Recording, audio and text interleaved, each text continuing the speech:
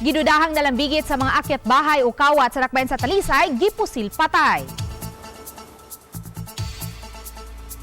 Nahitabo kini sa kilid sa sapa sa Bananga sabay Lawaan 3 sa dakbayan sa Talisay. Detalye sa report ni Femari Dumabo. Patay diha dayon ang usa ka lalaki nga ginganlang si Art Clinton Sabado, 32 anyos, taga Barangay Biason, Talisay City. Nakaangkon siya og tulo ka mga samad pinusilan siyang ulo. Gigong-gikan pa kadinitan og bilyard ug mo na lang nadunggan sa mga mulupyo sa dapit ang mga buto-buto sa armas.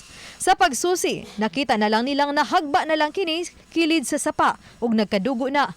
Nasuta usab sa kapulisan nga may mga samad pinusilan ang biktima. Usa sa gisusi sa kapulisan nga posibleng kailara sa biktima ang mipatay kaniya. Samtang usa sa gisubay sa kapulisan nga motibo sa krimen ang may kalambigitan sa ginadiling drugas ug personal grudge. Atong gisubay ma'am ang possibility, ang anggulo sa illegal drugs ug sa possible personal grudge. Kini atong victim ma'am is nadakpan na ni before no sa kaso gyapon na illegal drugs, then for verification ang mga information nga atong na puhapod based po sa mga testimonies po sa mga relatives ani ang possibility nga sa illegal drugs.